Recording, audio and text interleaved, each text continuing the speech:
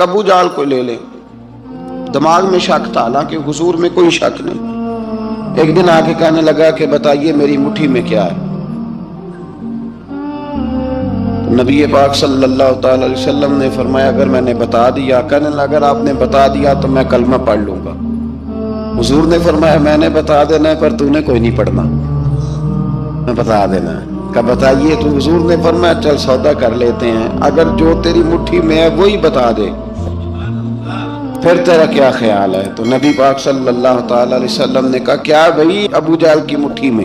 تو اس کی مٹھی میں کنکر تھے، کنکروں نے کلمہ پڑھنا شروع کر دیا۔ جب کنکروں نے کلمہ پڑھا، پتھر تھے وہ، انہوں نے کلمہ پڑھا۔ ابو جہل نے وہ کنکر زمین پہ پھینکے، کہنے لگا اوہو تیرا جادو تو پتھروں پہاڑوں پہ بھی چلتا ہے۔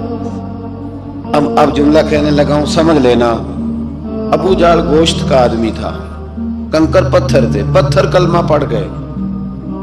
گوشت کا آدمی تھا پر کلمہ، کیونکہ یہاں کیا تھا؟ شک، اس نے آگے نہیں بڑھنے دیا۔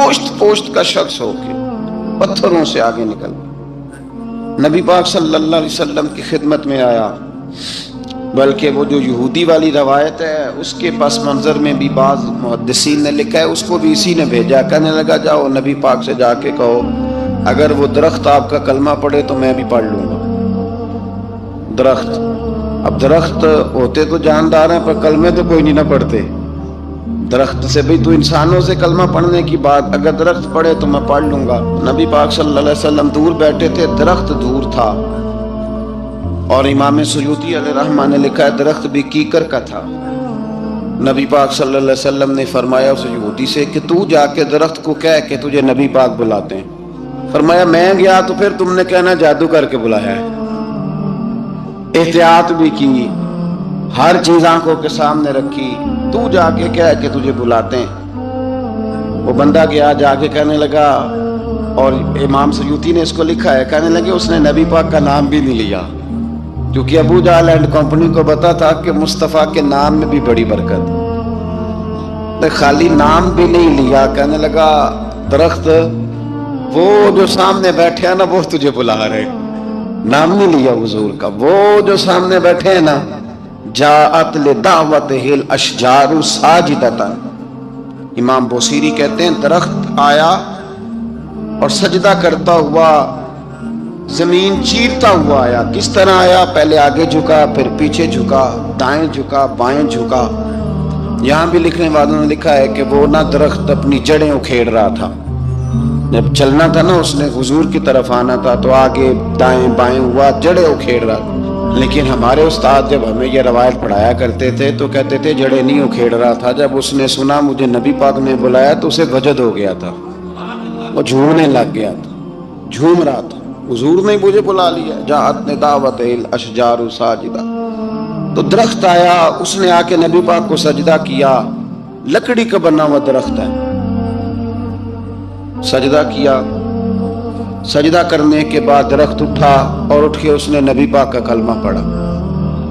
وہ جس کو ابو جہل نے بھیجا تھا نا یہودی، وہ درخت کی حالت دیکھ کے کلمہ پڑھ گیا، وہ کلمہ پڑھ گیا، لیکن یہی بے ایمان کہنے لگا ہوئے ہوئے ان کا تو درختوں پہ بھی جادو چلتا ہے۔ لا ریب فی، شک قرآن پاک میں، لیکن اگر بندے کے دماغ میں ہو اس کا علاج ہے کوئی، ادھر ہی شک بیٹھ جائے۔ میں سادی مثال دیتا ہوں کہ سامنے دیوار صاف ہو لیکن گرد اگر آئینے پہ پڑی ہو، دیوار صاف کرنی چاہیے کہ اینک کا شیشہ صاف کرنا چاہیے؟ ساری زندگی لوگ دیوار صاف کرتے گزار دیتے، ساری زندگی تراش خراش کرتے گزار، اپنی مرضی کی پینٹنگ کرتے گزار دیتے ہیں، پر اپنی آنکھ کی پتلی صاف نہیں کرتے، آنکھ کی پتلی صاف نہیں کرتے۔ کسی نے حضرت رومی سے کہا تھا حضور دنیا میں کوئی اچھا ملتا نہیں، فرمانے لگے تھوڑا رونا شروع کر تاکہ تیری پتلیاں وضو کر لیں، وضو کر لیں، وہ انہیں پتہ چل جائے کہ کتنے صاف ستھرے لوگ دنیا میں پائے جاتے ہیں۔ ابو جہل پھر آ گیا، کہنے لگا اگر آپ چاند کے 2 ٹکڑے کر دیں تو میں کلمہ پڑھنے کو تیار ہوں۔ اچھا یہاں بھی بڑی مزے کی بات ہے، اللہ نے پہلے کہہ دیا نبی پاک کو کہ ان الذین کفروا سواء علیہم انذرتهم ام لم تنذرهم لا یؤمنون. محبوب یہ جن کی قسمت میں کفر ہے نا، آپ انہیں ڈرائیں چاہے نہ ڈرائیں، یہ ایمان نہیں لائیں گے. کنکروں نے بھی کلمہ پڑھ لیا، درختوں نے بھی پڑھ لیا، سارا کچھ ہو گیا، اور اللہ نے بھی کہہ دیا کہ محبوب اس بے ایمان نے کلمہ نہیں پڑھنا، پر حضور نے فرمایا یہ پڑھے نہ پڑھے ہم نے میدان نہیں چھوڑنا. جتنی دفعہ آئے گا نا ہم اسے ضرور معجزہ دکھائیں گے، جتنی دفعہ آئے گا، ہم کیوں میدان چھوڑیں. آ کے کہنے لگا جی اگر چاند کے 2 ٹکڑے کر دے تو اقتربت الساعۃ وانشق القمر. تو نبی پاک صلی اللہ علیہ وسلم نے انگلی کا اشارہ کیا، چاند 2 حصوں میں بٹا. کوہ صفا ایک پہاڑی تھی مکے میں، آدھا ٹکڑا پہاڑی کی اس جانب ہوا، آدھا اس جانب. یعنی وضاحت کی اللہ کریم نے کہ ایسے نہ ہو کہ یہ کہہ دی وہ تو ایسے بالکل شک ہوا تو مل گیا، پتہ نہیں میری آنکھوں پہ جادو ہو گیا، ملا کہ نہیں ملا. جب ٹوٹا تو حدیث پاک میں آتا ہے کہ آدھا چاند کوہ صفا کی ادھر گیا اور آدھا تو پہاڑی تھی، چاند نیچے آیا، پہاڑی کے گرد گھوما، آگے جا کے ملا. یعنی وقفہ دیا گیا باقاعدہ دیکھنے کا، سمجھنے. پوری دنیا میں جتنے لوگ اس وقت چاند دیکھ رہے تھے، ہندوستان تک روایتوں میں ملتا ہے کہ لوگوں نے گواہی دی کہ ہم نے چاند ٹوٹتے دیکھا ہے. زمانہ مان گیا، لوگوں کی چیخیں نکل گئیں، لوگ قدموں میں گر گئے. پر وہ جس کے دماغ میں شک تھا نا وہ نہیں مانا. شجر و حجر پہچان گئے پر انسان کی نظروں میں شک ہی رہا. دنیا میں سب سے مجبور، کمزور، بزدل، کم فہم بندہ وہ ہے جس کے دماغ میں شک ہے. سب سے کم فہم اس کی فراست روحانیہ زیرو ہے. وہ ایک ناکام شخص ہے، اس کو کسی پہ بھی شک پڑ جائے، کسی پہ بھی.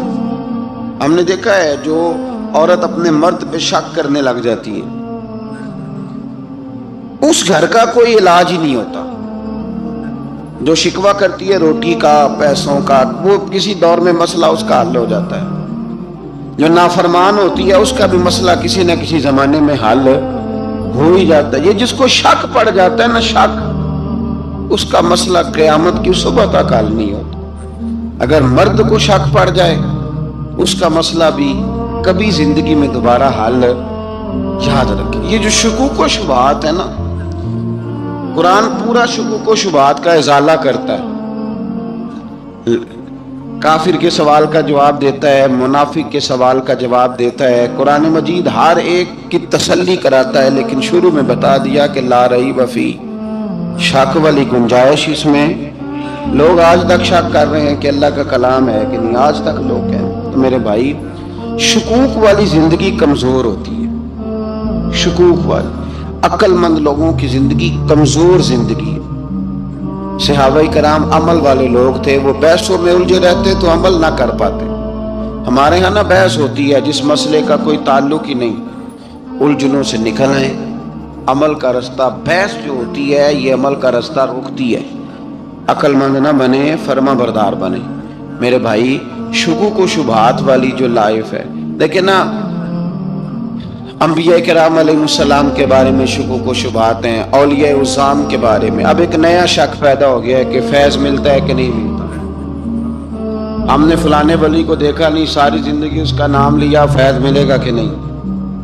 غوث پاک کو دیکھا نہیں، ساری زندگی قادری کہلایا، فیض ملے گا کہ نہیں. خواجہ اجمیر کو دیکھا نہیں، چشتی کہلائے، فیض ملا کہ نہیں. صابر پیا کو دیکھا نہیں، صابری کہلائے، فیض ملا کہ نہیں. او خدا کے بندے، فیض وہ چیز ہے جو نظر نہیں آتی پر محسوس سب سے زیادہ ہوتی ہے. ملے تو حضرت اویس کرنی بھی نہیں تھے نبی پاک سے، وہ بھی نہیں ملے تھے، ملاقات ان کی بھی نہیں ہوئی تھی. کیا کہو گے؟ ملاقات نہیں ہوئی، لیکن فیوز و برکات کا یہ عالم ہے کہ میرے محبوب نے فرمایا وہ دعا کرے گا تو اللہ میری امت کی بخشش فرمائے گا. تو آپ ہمارے صوفیاء میں ایک سلسلہ اویسیہ ہے. سلسلہ اویسیہ میں اکثر ملاقات نہیں ہوتی، اکثر نہیں ملاقات ہوتی. بغیر دیکھیں نا آپ جب کسی کا نام جپتے ہیں، جب کسی کا نام لیتے ہیں، جب اسی کا ذکر کرتے ہیں، جب اسی کے تذکرے میں رہتے ہیں، تو اللہ تبارک و تعالیٰ کے یہ جو کامل لوگ ہوتے ہیں یہ متوجہ ہو جاتے ہیں، ان کی توجہ ہوتی ہے۔ اور خود سرکار نے فرمایا دو آپس میں محبت کرنے والے، ایک مشرق میں ایک مغرب میں، قیامت کے دن اللہ دونوں کو جنت میں اکٹھا فرما دے گا۔ یہ کیا بات ہوئی کہ ہر بات میں شک کرنا کہ جی وہ فلانے سے ملاقات ہی نہیں ہوئی؟ تو کس طرح بھئی، ملاقات ایک الگ چیز کا نام ہے، ملاقات ایک الگ شے کا نام ہے، اور فیوز و برکات ایک اللہ سے ملاقات ہوئی ہے۔ رزق دیتا ہے کہ نہیں؟ زندگی دیتا ہے، ساری چیزیں دیتا ہے، تو ملاقات تو کوئی نہیں کرتا۔ تو اس لیے ہر چیز کو ٹھیک ہے، وہ جو جگہ جس جگہ پہ جو بات ہے اس کو وہاں رہنا چاہیے، لیکن یہ شکوک ہیں، ان سے باہر نکلیں، ان سے باہر آئیں۔ اور یا اللہ کا جو فیضان ہے، ان کی جو محبت ہے، ان کے جو طریق، حضرت سلیمان بن بشار رحمت اللہ علیہ بزرگ گزرے ہیں، وہ کہتے ہیں میرے پاس، میں بڑا خوبصورت تھا جوانی میں، دین کی تھوڑی سی خدمت کرتا تھا، تو ایک عورت آ گئی، اس عورت نے میرے ساتھ کچھ مجھ سے مانگا، مطالبہ کیا، تو میں نے کہا کوئی بھکارن ہے۔ میں نے جب اس نے نقاب اوڑھا ہوا تھا، جب میں نے اس کی طرف پیسے دینے کے لیے، خیرات دینے کے لیے کوئی چیز بڑھائی، تو اس نے چہرے سے کپڑا ہٹایا، میں نے نظر جھکا لی، کہنے لگی سلیمان میرا رنگ روپ تو دیکھ، میں کتنی خوبصورت ہوں، میں تیری محبت میں گرفتار ہو گئی، خدا را میں اپنے آپ کو تیرے حوالے کرتی ہوں۔ آپ فرماتے ہیں جب اس کے نیت اور ارادے میں اور لفظوں میں نے فطور دیکھا، تو میں استغفر اللہ پڑھتا وہاں سے بھاگ گیا، اتنا دوڑا کہ میں بصرہ سے باہر نکل گیا، شہر سے ہی باہر آ گیا۔ عورت سے دوڑ رہا ہے، مرد، نوجوان، خوبصورت۔ فرماتے ہیں عشاء کی اذانیں ہو رہی تھی، نماز پڑھ کے میں مسجد میں سو گیا، تو مجھے حضرت یوسف علیہ السلام کا دیدار ہوا۔ جناب یوسف کہتے ہیں میں حضور کا غلام اور غلاموں کا غلام اور صدیوں بعد کا غلام، تو جناب یوسف علیہ السلام میری خواب میں آئے اور کہنے لگے اٹھ جوان، میرے سینے سے لگ، یار تو نے تو نبی پاک کا امتی ہو کے وہ کام کیا ہے جو میں نے نبی ہو کے کیا تھا۔ اب کام حضرت یوسف والا کیا تھا نا، تو صدیوں اور سالوں اور مہینوں کا فاصلہ بن سکا، تو وہ آ گئے۔ مسئلہ یہ ہے کہ شکوک و شبہات والی زندگی نقصان دیتی ہے۔ حضرت ہمارے سلسلہ مقدسہ میں ایک سلسلہ علویہ ہے جو اعلیٰ حضرت فاضل بریلوی کو حاصل تھا۔ شاہ عبدالعزیز صاحب محدث دہلوی رحمۃ اللہ تعالیٰ علیہ نے بڑا لکھا مولا علی کی شان پہ، حضرت علی پہ کلام، ان کا ذکر، ان کے تذکرے اس قدر فنا ہو گئے کہ ہر وقت ذکر علی کرتے۔ فرماتے ہیں مجھے خواب میں حضرت علی کا دیدار ہوا، انہوں نے مجھے بیعت فرمایا اور مجھے اپنے سلسلہ مبارکہ میں اجازت دی۔ تو شاہ صاحب رحمت اللہ علیہ فرمایا کرتے تھے کہ میں نے وہ بہت کم لوگ ہیں جن کو پھر ان میں بیعت فرمایا جاتا ہے، تھوڑے چند لوگ، اور ان کو سلسلہ مبارکہ میں اس میں چند لوگ ہیں۔ اعلیٰ حضرت کے بعد شاہ علیہ رسول ہیں، شاہ علیہ رسول کے بعد شاہ عبدالعزیز محدث دہلوی، وہ ڈائریکٹ مولا علی شیر خدا سے بیعت۔ تو مطلب یہ ہے کہ کام شکوک و شبہات سے نکلیں۔ قرآن نے کہا لا ریب فیہ، قرآن میں شک البتہ وَإِن كُنتُمْ فِي رَيْبٍ مِّمَّا نَزَّلْنَا عَلَىٰ عَبْدِنَا، بندے کچھ شک کرتے ہیں، اگر انہیں شک ہو تو وہ اس طرح کریں کہ فَأْتُوا بِسُورَةٍ مِّن مِّثْلِهِ، پھر اس کی مثل ایک صورت لے کے آئیں، اور وَادْعُوا شُهَدَاءَكُم مِّن دُونِ اللَّهِ إِن كُنتُمْ صَادِقِينَ، سارے بے شک اپنے حمایتی بلا لیں اگر وہ سچیں۔ شک والی دنیا سے باہر نکل آئیں، حقیقت والی دنیا کو قبول کریں۔ شکوک و شبہات کا ازالہ نہیں ہوتا، شک دوسرے شک کو جنم دیتا ہے، نقص دوسرے نقص کو جنم دیتا ہے، غلطی دوسری غلطی کو جنم دیتی ہے۔ اور انسان جب تک شکوک، میں نے آپ کو کہہ دیا کہ ہر گھر بس سکتا ہے، ہر گھر، ہر عورت کے صحیح ہونے کی امید ہوتی ہے، پر جس بی بی کو اپنے خاوند کے کردار پہ شک ہو وہ بی بی کبھی مطمئن نہیں ہوتی۔ ہر گھر بس جاتا ہے، لیکن جس خاوند کو اپنے بیوی کے کردار پہ شک ہو جائے اس کا کبھی اس کے ساتھ سلوک مخلصانہ۔ شکوک والی زندگی بیماروں کی زندگی ہے، شکوک والی زندگی بیماروں کی زندگی، کمزوروں کی زندگی، بزدلوں کی زندگی۔ اس لیے حقیقت والی چیز جب تک آپ کے پاس کوئی چیز کلیئر ہو کے نہیں آتی، شریعت اسلامیہ نے بہتان کی سزا رکھی ہے 80 کوڑے. پتہ ہے آپ کو؟ جس نے ایسے ہی بہتان لگا دیا، دلیل ہی کوئی نہیں، ایسے ہی کہہ دیا کہ جی وہ مجھے شک ہے جی انہوں نے ایسے کیا ہے، فرمایا اسے کوڑے مارو. شک کی بنیاد پر بہتان ترازی کرتا ہے، کوڑے کی سزا رکھی، 80 کوڑے مارو اس ظالم. یہ شک کر رہا ہے اس کو، جب اس کے پاس دلیل ہی کوئی نہیں. یہاں بڑے بندے ہیں بات کر دیتے ہیں، کہتے ہیں جی وہ ایسا ہوا ہوگا، میں نے ایسا دیکھا تھا، ہوگا، کیا تھا، ممکن ہے. تو یہ شکوک ہے. اس شکوک، یہ سامنے والے کا کچھ بھی نہیں بگڑتا، اس بیچارے کا کیا بگڑنا ہے. یاد رکھیں بڑی خوبصورت بات یہاں حضرت عبداللہ ابن مسعود کی. آپ فرمایا کرتے تھے جب کسی بندے پر بندے شک کرتے ہیں اور ناجائز شک کرتے ہیں، اللہ اس کی عزتوں میں اضافہ فرما دیتا ہے، اللہ اسے شانیں عطا کرتا ہے. اپنی زندگی کو بیماریوں سے نکالنے، یہ روحانی بیماری ہے شک، اس سے باہر آنا. یہ ظلم ہے. اولیاء پہ بھی شک، صوفیاء پہ بھی شک، علماء پہ بھی شک، ہر بندے پہ شک، کوئی صحیح نہیں، سارے غلط، میں اکیلا صحیح. اس شک سے باہر آ جائیں. یہ نفسیاتی مریض بنا دے گا، بے سکون کرے گا، بے قرار کرے گا. اللہ تبارک و تعالیٰ نے نا ہمارے محبوب کریم علیہ السلام کو دنیا میں بھیجا تو فرمایا یا ایھا الناس قد جاءکم برہان من ربکم، اے لوگو تمہارے پاس تمہارے رب کی دلیل آ گئی. اللہ تبارک و تعالیٰ نے محبوب پاک علیہ السلام کو سراپا دلیل بنا کے بھیجا.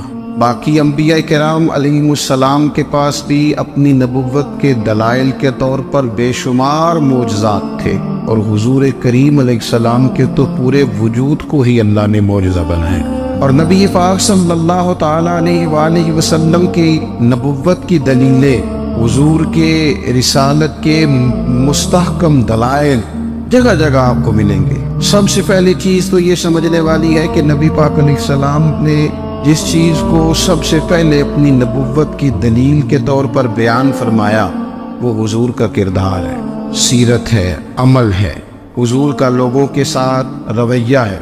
نبی پاک علیہ السلام کی تبلیغ کے 3 دور ہیں. ایک تو حضور نے اپنے قول سے تبلیغ فرمائی، 40 سال کی عمر سے محبوب نے اعلان فرمایا اور تبلیغ کی. اور ایک نبی پاک صلی اللہ تعالیٰ علیہ وسلم بالواسطہ حضور کی تبلیغ ہے جو آج تک جاری ہے. امت کے علماء، مشائخ، مبلغین حضور کے دین کو آگے پھیلا رہے ہیں، تو دراصل یہ بھی تبلیغ رسول پاک علیہ السلام ہی کی تبلیغ. اور ایک حضور کی تبلیغ کا دور ہے، حضور کی پیدائش سے لے کر ولادت مبارکہ سے لے کر حضور علیہ السلام کے اعلان نبوت تک. اس دوران نبی پاک نے جو تبلیغ فرمائی ہے وہ اپنے کردار سے فرمائی. عرب کا وہ معاشرہ جو بڑا میلا کچیلا گدلا ہو چکا تھا، جس کے اندر سراسر مادہ پرستی کا زور تھا، جس کے اندر لوگ انسانوں کی خرید و فروخت کرتے تھے، جس کے اندر بیٹیوں کو زندہ دفن کر دیتے تھے، جس کے اندر جو آدمی جتنا زیادہ مضبوط ہوتا تھا اتنا زیادہ لٹیرا بن جاتا تھا، اس معاشرے کے اندر رسول کریم علیہ السلام نے 40 سال گزارے. اور اس طرح گزارے کہ جو بیگانے بھی تھے وہ بھی کہا کرتے تھے یہ صادق ہے، یہ امین ہے. اور جب حضور نے اعلان نبوت کیا تو فرمایا، یہ قرآن مجید کے لفظ ہے، فرمایا فَقَدْ لَبِثْتُ فِيكُمْ عُمَرًا مِّن قَبْلِهِ أَفَلَا تَعْقِلُونَ، میں تمہارے بیچ عمر کا ایک حصہ گزار چکا ہوں، تمہیں عقل نہیں ہے، شعور نہیں ہے. نبی کریم علیہ السلام نے اپنے کردار کو، اپنے عمل کو اپنی نبوت کی دلیل کے طور پر بیان فرمایا. وہ تو حضرت حلیمہ بھی فرماتی ہے نا، جب میں نبی کریم علیہ السلام کو اپنے گھر لے گئی تو میرا اپنا بچہ بھی دودھ پیتا تھا، 2 میرے بیٹے ہو گئے، ایک میری یہ نسبی اولاد اور حضور میری رضائی اولاد.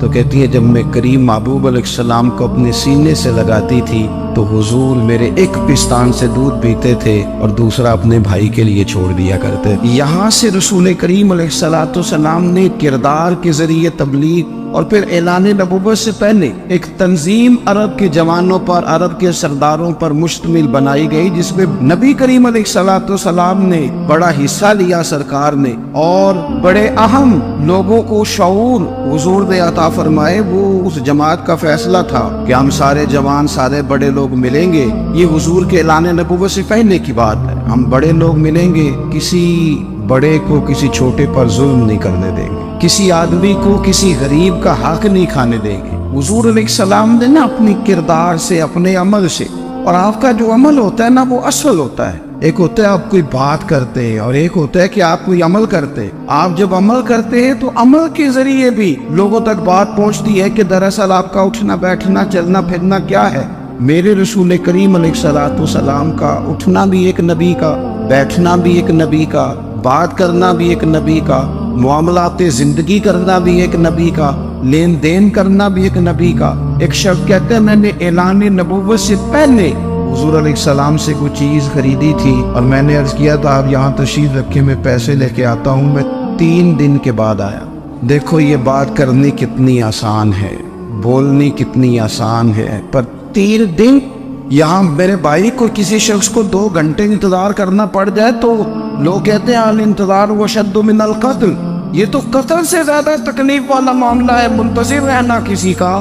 کہتے 3 دن کے بعد میں آیا تو میرے رسول کریم وہیں تشریف فرمایا، بس اتنا فرمایا یار تم نے مجھے بڑی تکلیف میں ڈال دیا، 3 دن ہو گئے یہ رکے ہوئے۔ تو حضور نے اپنے کردار کو، اپنے عمل کو، اپنے معاملات کو سب سے پہلے اپنی نبوت کی دلیل کے طور پر پیش کیا۔ اسی نے کیا خوب کہا تھا کہ جو تیری جان کے دشمن ہے وہ بھی کہتے ہیں، بظاہر تو آئے ہیں نا ہجرت کی رات جان لینے، لیکن امانتیں حضور کے گھر میں رکھی ہوئی ہیں، امانتیں کاشانہ نور پہ پڑی ہے۔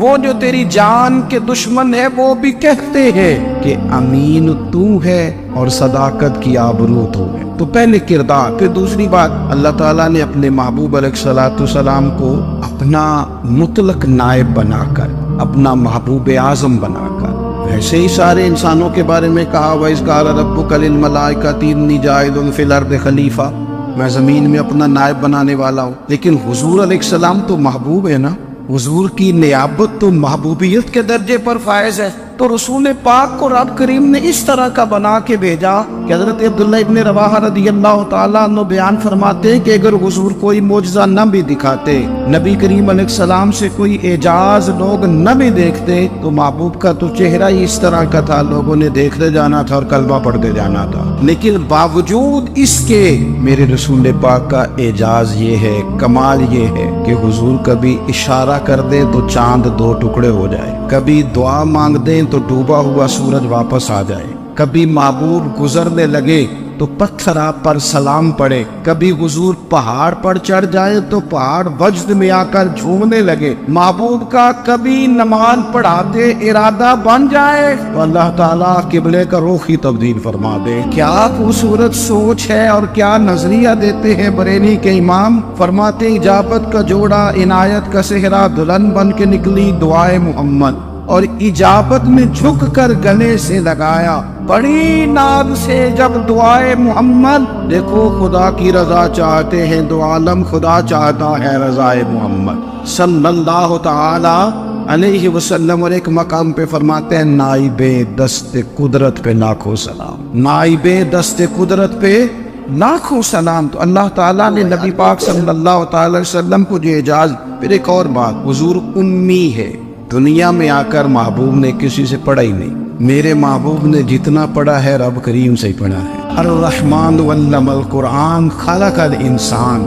رحمان نے قرآن سکھایا پھر انسان بنایا۔ اللہ تبارک و تعالیٰ کی بارگاہ کرم سے حضور نے لیا، رسول کریم امی ہے، یہ بھی حضور کی نبوت پر ایک بڑی دلیل۔ دیکھو ایک ہوتا ہے کوئی آدمی بچپن سے کسی چیز سے شغف رکھے اور جب اس کی عمر بڑی ہو جائے تو کہتے ہیں اس کا تجربہ بڑا ہو گیا، یہ پہلے کوئی شعر کہتا تھا، کوئی ادبی جملہ کہتا تھا، تو اب اس کی یہ کام کرتے کرتے عمر بڑی ہو گئی ہے تو رسوخ حاصل ہو گیا۔ 40 سال کی عمر مبارک تک نبی کریم نے ایک شعر بھی نہیں کہا، حضور علیہ الصلوۃ والسلام نے کبھی کوئی ایسی بات، ویسے تو حضور کی ہر بات حکمت والی، لیکن جس کو عرب کے لوگ اپنے لہجے میں شاعری یا اپنے لہجے میں ادب کہتے تھے وہ حضور نے بیان نہیں فرمایا۔ لیکن جب 40 سال کی عمر میں اعلان نبوت کیا تو پھر بڑے بڑے فصیح و بلیغ، بڑے بڑے سیانے طفیل بن عمر کہتے ہیں کہ اس شخص کو بھی میں نے دیکھا جسے بڑا ناز تھا اپنی فصاحت اور بلاغت پر، اور جب وہ حضور کے پاس آیا اور اس نے آ کے کچھ باتیں کی تو محبوب خاموشی سے سنتے رہے، اور جب وہ چپ کر گیا تو میرے کریم نے صرف سورہ فاتحہ پڑھی۔ کبھی اٹھتا تھا، کبھی بیٹھتا تھا، کبھی غور کرتا تھا، کبھی دائیں جاتا تھا، کبھی بائیں جاتا تھا، پھر کہنے لگا بتاؤ نا کلام کس کا ہے؟ فرمایا اس رب کا،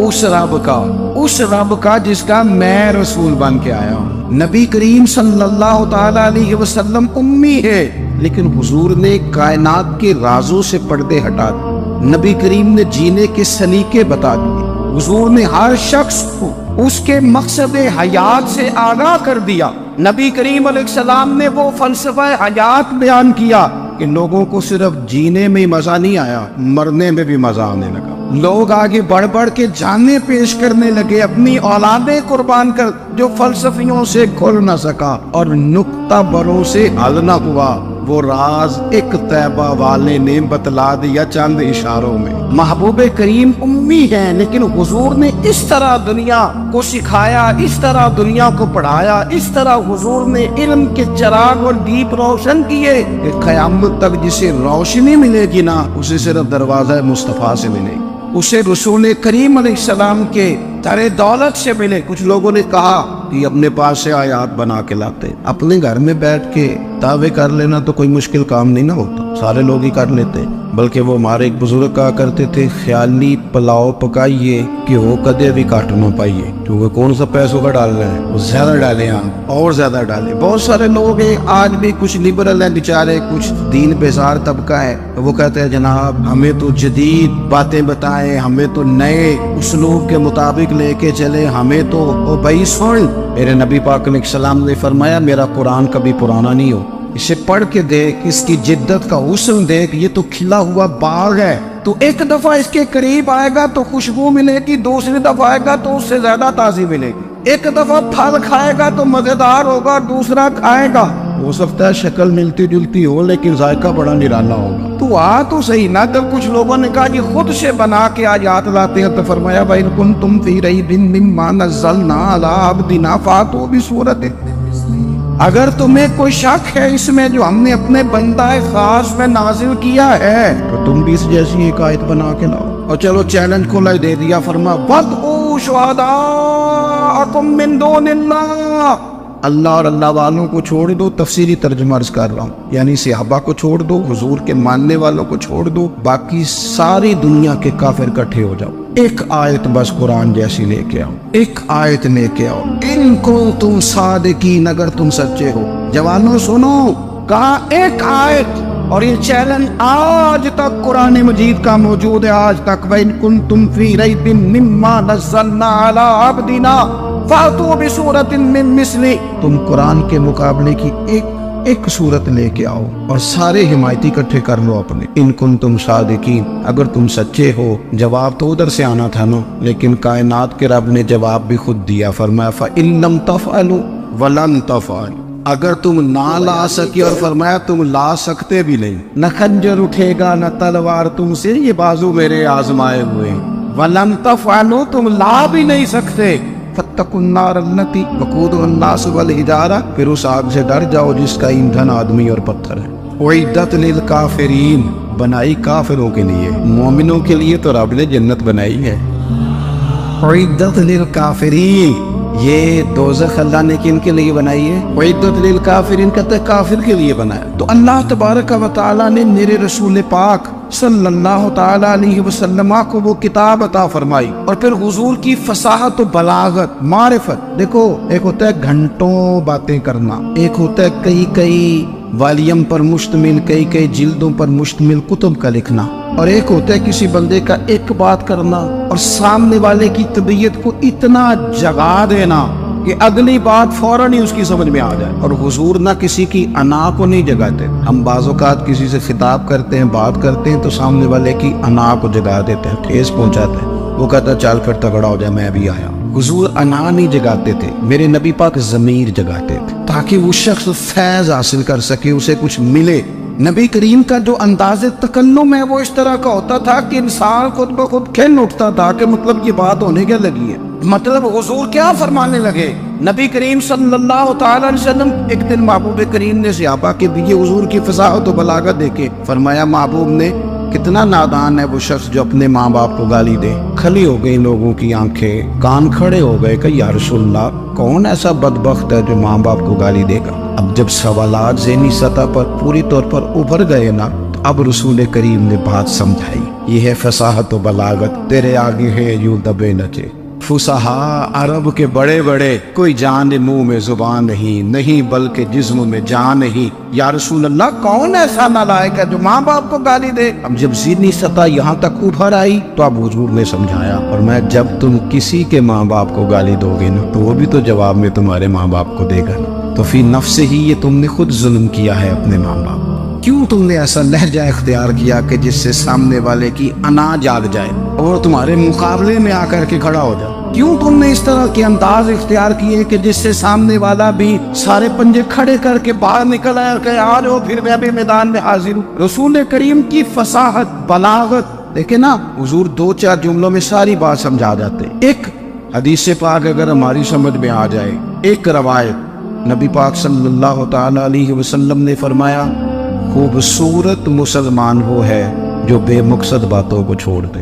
لو اس سے پوری زندگی سجائی جا سکتی ہے، ایک جملے سے۔ کوئی لمبی چوڑی باتوں میں جانے کی ضرورت نہیں، کہا خوبصورت مسلمان یہ ہے جو بے مقصد باتوں کو چھوڑ دے، نایانی باتوں کو۔ کیا کہتے ہیں ہمارے دیہات کے لوگ، جیڑے پنڈ جانا نہیں اودا راہ پوچھنے دی، لیکن آج کل لوگ باز آندے یعنی جس بات کا بالکل تعلق نہیں نا وہ بات بھی کرتے جاتے، جس کا شعبہ ہی نہیں، کوئی بھی چھلانگ لگا کے اس میں آ جاتا ہے۔ ہم اپنا وقت ضائع کرتے، اپنی صلاحیتیں ضائع کرتے، اپنا نقصان کرتے۔ ہم اپنا کام صحیح کر کے نہیں کرتے اور دوسری ساری دنیا کو ٹھیک کرنا چاہتے ہیں۔ او بھائی، آپ جس جگہ جس شعبے سے تعلق رکھتے ہیں آپ اپنے معاملات میں مضبوطی پیدا کریں۔ حضور نے اپنی فصاحت کے ساتھ، بلاغت کے ساتھ لوگوں کو قائل کیا، اور قرآن مجید کی تاثیر کا یہ اثر میرے کریم رسول نے دکھایا کہ رات کو جب حضور بیٹھ کے قرآن پاک پڑھتے تھے نا، جب یاسین والے نبی خود یاسین کی تلاوت کریں، جب طٰہٰ والے محبوب خود طٰہٰ کی تلاوت کریں،